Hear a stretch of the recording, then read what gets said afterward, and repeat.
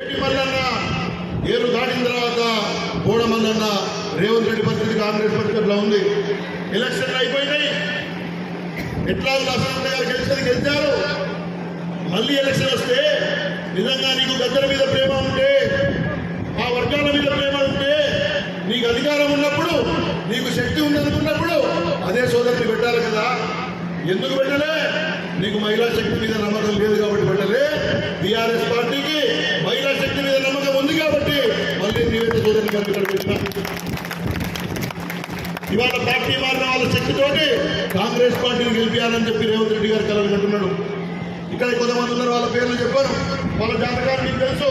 నిన్న BRS party నాయకుల ఇంటి ముందు నైట్ వాచ్మెన్ ఉద్యోగం చేసి పొద్దున్నే కండువాలు కప్పుతున్నారు. నాయకులను కొంతమంది తెచ్చుకొని మేమే గెలుస్తామని చెప్పుకుంటున్నారు.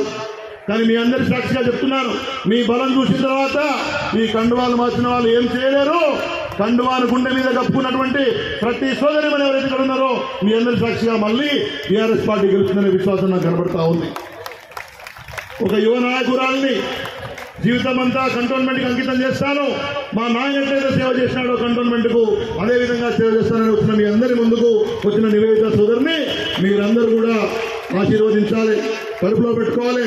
నేను భరోసా ఇస్తున్నాను, ఎలక్షన్ ఇన్ఛార్జిగా ఖచ్చితంగా ఇప్పటికే సర్వే రిపోర్ట్లు వచ్చినాయి. కాంగ్రెస్ వాళ్ళకి బీజేపీ వాళ్ళకి నిద్ర పడతలేదు. మనం చాలా ముందున్నాం, గెలవబోతున్నాం, భారీ విజయం సాధించబోతున్నాం. కాబట్టి ఇవాళ ఒత్తిడి తెచ్చే ప్రయత్నం చేస్తూ ఉన్నారు. ఏది ఏమైనా మీ అందరి ఆశీర్వాదం బీఆర్ఎస్ పార్టీ మీద ఉండాలని చెప్పేసి మరొకసారి మిమ్మల్ని కోరుతా ఉన్నాను.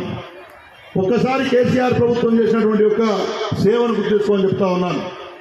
ఈ రాష్ట్రంలో పేద మహిళలకు బీసీ ఎస్సీ రాలేదు, కానీ ఉన్న కరెంటు పోతుంది, రోడ్డు వచ్చే నీళ్ళు వస్తలేవు.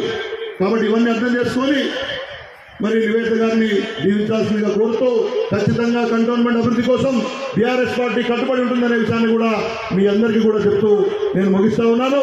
దయచేసి మీరందరూ కూడా నివేదిక గారికి వెన్నంటి ఉండి బీఆర్ఎస్ గెలిపించాలని కోరుతా ఉన్నాను.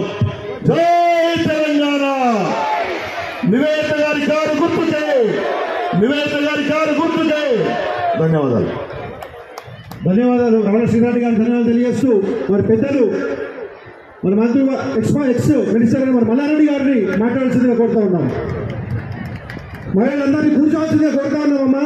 అందరూ కంప్లీట్ చేసుకున్నాం, అందరూ కూర్చోవాలి. అందరికీ కూడా నమస్కారం. ఒక్కసారి మా చెల్లెళ్ళు మా అక్కలంతా చేయలేవటాలక్క పైకెళ్ళి